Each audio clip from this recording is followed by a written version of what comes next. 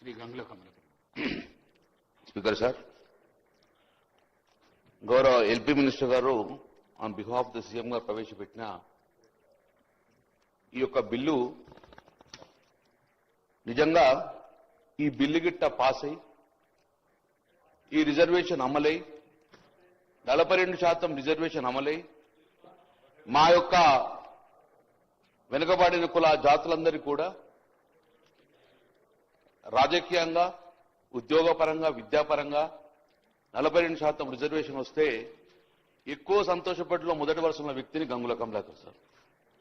మా పార్టీ పక్షాన కూడా మేమందరం కూడా ఈ బిల్లు పాస్ కాయి తర్వాత ఎలాంటి న్యాయమైన చిక్కులు లేకుండా మాకు రాబోయే కాలంలో 42% రిజర్వేషన్ తోటి అటు మున్సిపాలిటీ కానీ ఇటు పంచాయతీరాల్లో కానీ మేమెంతో మాకు అంత వాటాగా రిజర్వేషన్ వస్తే మా ఎలక్షన్లలో నిజంగా ఇది అయితే గిట్ట చాలా సంతోషపడే వ్యక్తం చేస్తాం అధ్యక్ష. ఎల్పీ మినిస్టర్ గారు కూడా ఒక మాట అన్నారు, మీరు సూచన సలహాలు ఇవ్వండి, గతంలో మీరు ఇచ్చారు, ఈసారి కూడా ఇవ్వండి అన్నారు. గౌరవ ముఖ్యమంత్రి గారు ఇక్కడ ఉన్నారు. ఆ రోజు కూడా మీరు మార్చిలో బిల్ పెట్టినప్పుడు బిల్ 3, బిల్ 4 పెట్టినప్పుడు సంపూర్ణంగా స్వాగతించినాం. సంపూర్ణంగా దాన్ని ఏకపక్షంగా అందరు నిర్ణయం చేసుకొని ఈ బిల్లు పంపిన అధ్యక్ష. ఆ రోజు కూడా 3 సూచనలు అడిగారు. మేము కూడా సూచన క్లియర్ చెప్పినాం. ఏమని చెప్పినాం క్లియర్గా?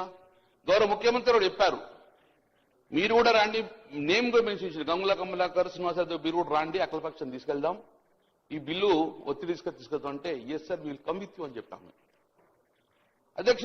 ఆ రోజు మార్చిలో 3, బిల్లు 4 ఈ పంపినప్పుడంగా మేము ఒకటే చెప్పాము, ఈరోజు శాస్త్రీయ పరంగా చెయ్యండి. శాస్త్రీయ పరంగా చేస్తే సక్సెస్ అయిన రాష్ట్రము తమిళనాడు. అశాస్త్రీయంగా చేయడం వలన ఫెయిల్ అయిన రాష్ట్రాలు బీహార్ కానీ, మధ్యప్రదేశ్ కానీ, యూపీ కానీ అశాస్త్రీయంగా చేయడం వలన కోర్టుతో మొట్టికాయలు వేయడం వలన అది రివర్స్ తిరిగి వచ్చింది అని మనం కూడా శాస్త్రీయంగా పోదాము, దయచేసి వెనుకబడిన కులాలను మోసం చేయొద్దు అని చెప్పేసి శాస్త్రీయంగా చేయాలని చెప్పి ఆ రోజుగా ఇదే సభలో మేము చెప్పడం జరిగింది అధ్యక్ష. కానీ ఏ రోజు కూడా మా సూచన పరిణామం తీసుకోలేదు, మీరు మమ్మల్ని తీసుకెళ్లలేదు, పరిణామం తీసుకోలేదు, మమ్మల్ని పట్టించుకోలేదు. కాబట్టి ఇప్పుడు మీరు స్వాగతించరా, మీరు పరిణామం తీసుకుంటే ఇలాంటి చిక్కులు రాకపోవు అధ్యక్ష. 42% రిజర్వేషన్ ఇప్పుడు ఇస్తున్నామన్నారు అధ్యక్ష. బిల్లు తీసుకొస్తాం, బిల్లు తర్వాత జియో తీసుకొస్తామని చెప్పారు.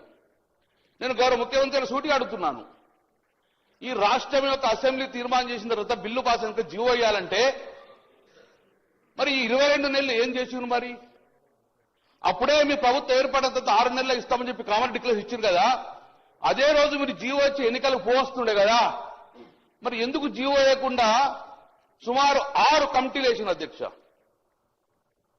నేను ఒకటి వరుసగా మీకు చెప్తున్నా అధ్యక్ష, మీరు నిజంగానే ఈ రోజు కార్యక్రమం చేసే విధంగా అప్పుడే చేస్తే గిట్ట మీరు ఈ జియో నెంబర్ 26 తీసుకొచ్చారు. జియో నెంబర్ 26 మార్చి 2024 తీసుకొచ్చారు. బ్యాక్వర్డ్ క్లాస్ డిపార్ట్మెంట్ నుంచి జియో ఇష్యూ చేసిన అధ్యక్ష. ఆ జియోలో క్లియర్ గా రిజల్యూషన్ పాస్ చేసినాం, కులగన్న సర్వే చేస్తామని చెప్పేసి చేయడం అధ్యక్ష. ఈ జియో నెంబరు బీసీ కమిషన్ ద్వారా వచ్చింది 26. దాని తర్వాత బీసీ కమిషన్ మాయమైంది, లేదు బీసీ కమిషన్. జియో నెంబర్ 18 తీసుకొచ్చిండ్రు, ప్లానింగ్ డిపార్ట్మెంట్ ద్వారా ప్లానింగ్ డిపార్ట్మెంట్ ద్వారా సర్వే చేస్తామని చెప్పింది అధ్యక్ష.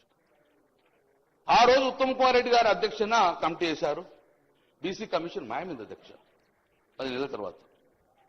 నేను ఇవన్నీ ఎందుకు కోటి చెప్తున్నా అంటే సేమ్ ఇదే బీహార్లో జరిగింది కాబట్టి చెప్తున్నా అధ్యక్ష. మేము దయచేసి మేము రాజకీయంగా మాట్లాడుతున్నాం, మా సూచన పరిణామం తీసుకుంటే ఈ బిల్లు పాస్ అయ్యి రాజ్యాంగ పరంగా మన చిక్కులు లేకుండా వ్యాపార చిక్కులు కావాలని కోరుకున్న వ్యక్తిని మేము. కాబట్టి జియో నెంబరు 18 తీసుకొచ్చా అధ్యక్ష.